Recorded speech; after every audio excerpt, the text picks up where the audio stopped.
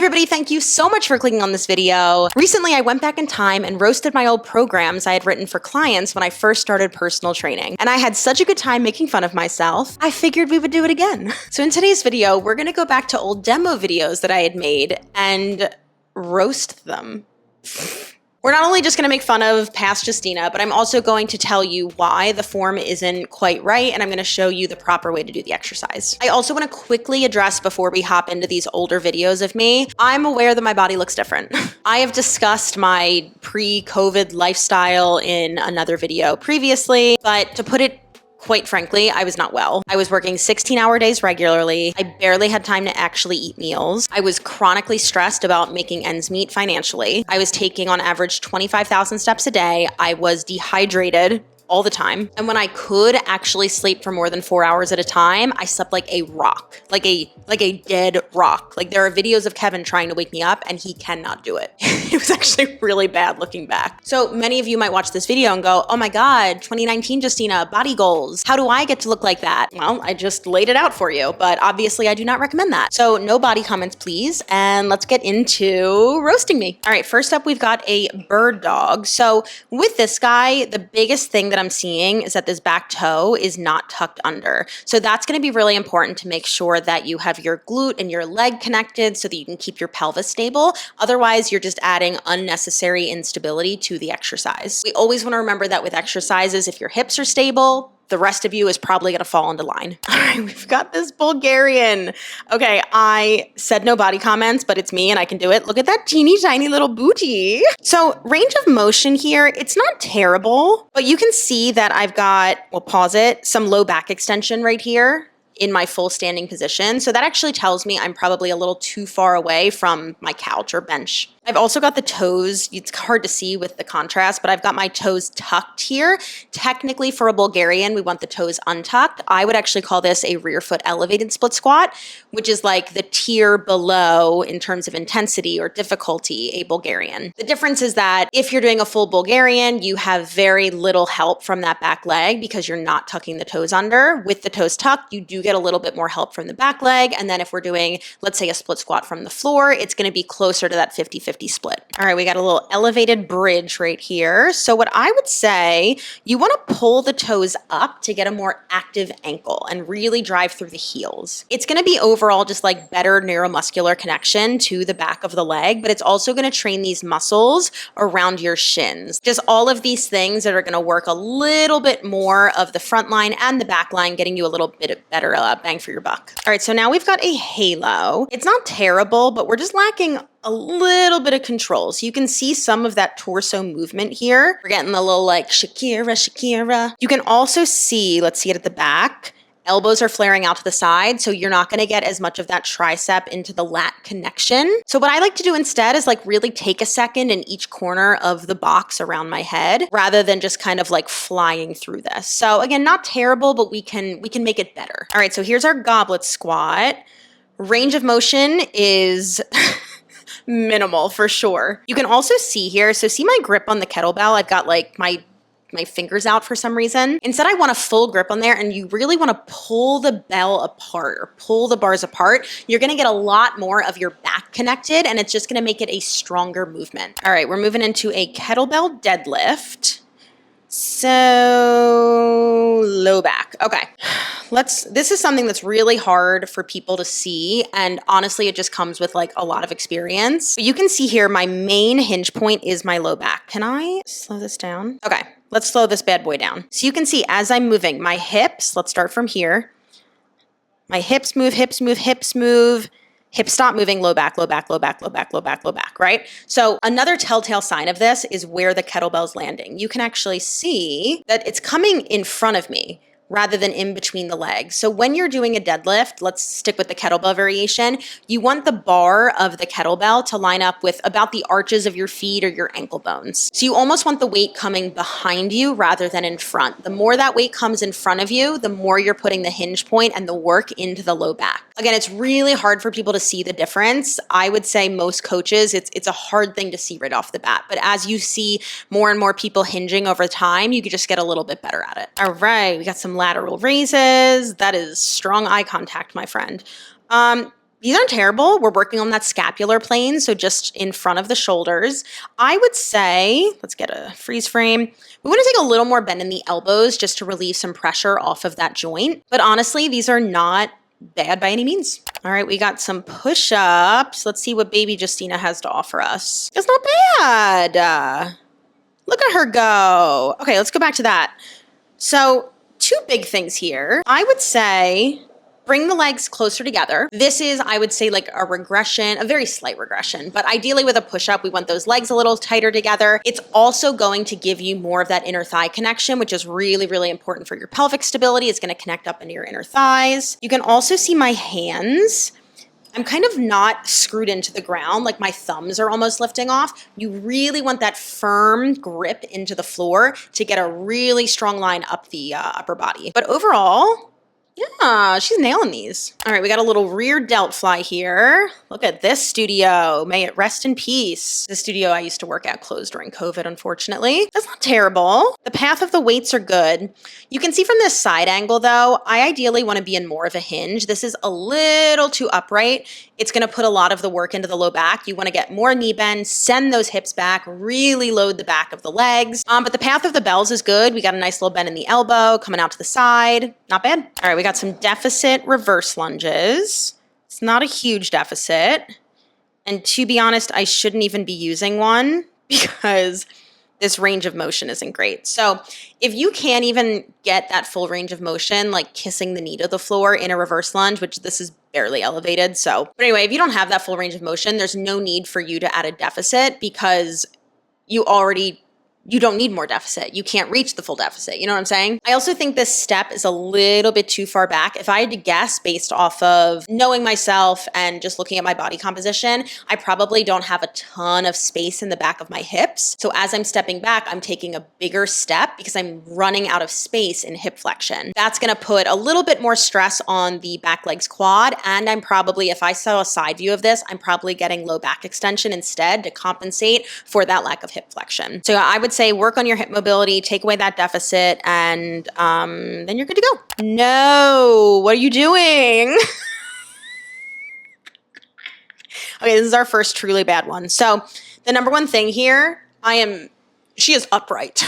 There is no hinge, which means that you're not working against gravity. So instead of loading the lat, which is what we want to work here, I'm loading like the front of my shoulder. Hinge, gravity, have we heard of her? This is just not good. Again, send the hips back, get deeper into that hinge, and that weight is just way too light. All right, we got a single leg deadlift. Not terrible by any means, great balance. I actually prefer, if we pause at the bottom, I prefer a little more bend in that supporting leg nowadays. It's going to prioritize more of your hinge coming from the hips, less from the low back. It's also just gonna give you overall more stability with that bent knee, and it's going to give you more glute recruitment. This tends to send people just into more of like a leaning forward or a tipping forward movement where I really want you to think of moving from the hips rather than just bending over. All right, skull crushers.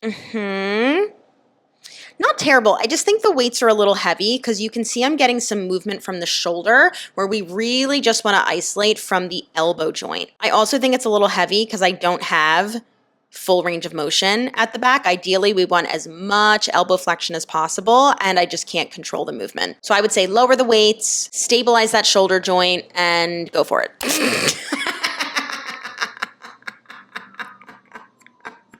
What is that? What is that? Yikes. I don't know what that was. All right, so we've got a chest press, or technically, I guess it's a floor press since we're doing it on the floor. Okay, first thing, the path of the weights. You can see I'm coming out pretty much just horizontal into more of that like field goal plane of motion or range of motion. Really what we want to do here is work a little bit more with like a 45-degree angle. So that's going to not only be a little bit safer on the shoulders, but it's also mimicking or mirroring where your path, wow, why can't I say this? It's also going along the path of where your chest fibers run. They don't run horizontally, they run more on that diagonal. So we want to actually work our chest in that range of motion. Speaking of range of motion, you can also see I'm not even touching the floor. In a floor press, you want to get all the way down because you're already limiting your range of motion by being on the floor. So you want to get the biggest stretch, the biggest bang for your buck possible. All right, we've got some uneven push-ups. Not like terrible, like we're keeping good form. Honestly, it's just the range of motion. Like it's just little baby dips. I would say you have not earned the uneven push-up yet, baby juice. It's giving Twilight. It's giving I've never seen the sun or overhead lighting. Okay, let's actually look at the exercise now that that shock is over. Okay, so the path of the bells, it's a little too far away from the body in my opinion. So as we come out to the side there, unnecessary. We're just putting more work in the shoulder that isn't needed. Now that being said, these are 10s. I could overhead press more than this. So I think this is just a way for me to make the exercise more challenging without having access to heavier weights, but you ideally want to keep it a little bit tighter into your body. All right, so we've got a sumo goblet squat. This is a little bit more of a plie squat. See how I'm going fully vertical? There's like absolutely no hip hinge. With a sumo squat, just like any other squat, we still do want a little bit of that hip hinge in there to really sink the pelvis down to the floor. Also, again, how am I holding this weight? Why just hold it? Hold the weight. Why are we playing with like a balancing act here? All right, we've got a thruster. Okay. First of all, that weight's too light. I can just overhead press it. To be fair, this was like the beginning of COVID and I didn't have weights at home besides these. But also let's look at the range of motion on that squat. We're coming down to 90 and then popping right back up. You can also see, let's try and pause her. I don't know if I'm just moving too fast, but it looks like I do have some restriction through shoulder flexion or that overhead range of motion. And then I'm just kind of like boop and coming right back down. You want to stick the landing up, hold it, get everything fired, bring it back down. You want to kind of hit that standing plank at the top every time. So this is just, I mean, honestly, this is cardio. This is not power. All right, we've got a single arm clean to a twist. Yikes. Also, hi, Sydney. Okay, so this again, low back is my hinge point. You know how I know? That bell is like a whole foot in front of me. I also have 0 knee bend and my shoulders are below my hips. So this is pretty bad. Also, the weight's too light. There's no power production. You know, I can just lift this weight to the shoulder. Yeah, just not good at all. All right, we got some dumbbell swings on deck. What is that? Oh my God. I think this wins for the worst one. Holy shit. Okay.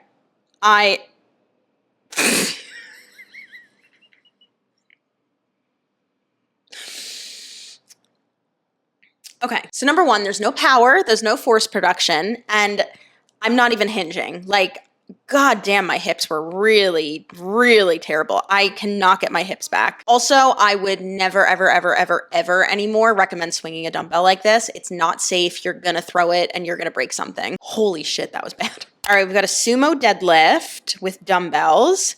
Again, low back.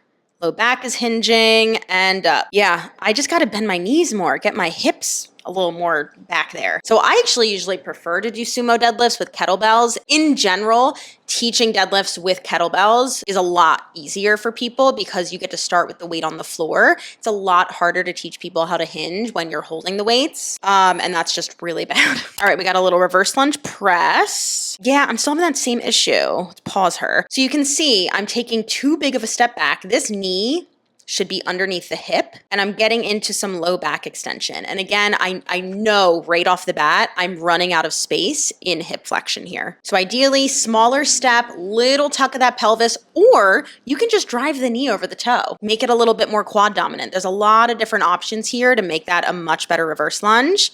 I think I'm still missing some of that shoulder flexion. Yeah, having a hard time getting those arms all the way up. All right, we got hip circles or hip cars. Don't hate this. A few things here. Oh, we're buffering.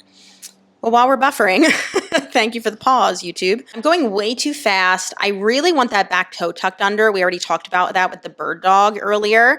Something I do like is that my arms are parallel, so I'm not just kind of sinking into internal shoulder rotation. And I'm really pressing the floor away. I'm doing a good job, actually, of like not moving anything else. Yeah, for how fast I'm going, which is kind of impressive.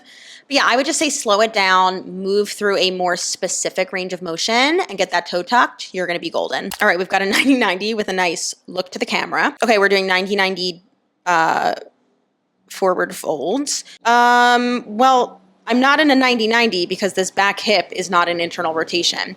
90-90, we want knee in line with ankle and hip in a 90-degree angle. This is like a 90, I don't know, like 120. Yeah, good job though, really just moving from the hips. Looks good. Looks good aside from that back knee. All right, we've got this half get up. Not terrible. I think the first thing here is the setup. We want to be a little wider with our legs. It's just going to give you a better base of support. The other thing here is that I'm doing more of like a sit up rather than a roll and press. And that's the big difference between like a sit up and a quarter get up like this. You're not just like sitting up from a dead position. You want to roll and really utilize the upper body to push yourself into that upright position. So to be honest, this is just me not knowing how to do a half get up properly. Okay, we're going to go for round 2 here. I still wouldn't recommend swinging a dumbbell like this, but okay, at least my hips move. It's a little bit better, slightly more power, but still not great. So a few things: take the shoes off, look at how much I'm wobbling around. I'm really not snapping at the hips. That bell is not getting like thumb to bum, which is just going to load more of my low back. But at least my hips are moving. But again, this is not what I would recommend ever doing to swing a dumbbell. Okay, last one. I think this is where I learned how to actually use my hips. Oh my God, look at it all. So we got a nice swing here to the shoulders. Look at that range of motion. Look at that overhead shoulder flexion. Amazing. So much better. Yeah, so a few of the things that are going well here. Number 1, you can see that I'm actually sitting back in my hips, snapping, using that full range of motion, full overhead mobility. Hell yes. It took me 2 years, but I nailed it. All right, that's the whole video. You know, I think that obviously form is super important. You can always improve upon your form. Like, I'm never going to sit here and say my form in every exercise today is perfect. I think that would be silly and naive, but there's always things that you can improve upon. So hopefully you picked up a few nuggets by, you know, just roasting 2018, 2019 Justina. If you have any questions about form, or if you have an exercise you're confused about and want some feedback, you can always email me or message me a video of you performing an exercise, and I'm more than happy to give you some pointers and feedback. Any questions, leave them down below. Make sure you hit that subscribe button so you don't miss out, and I will see you all in the next one.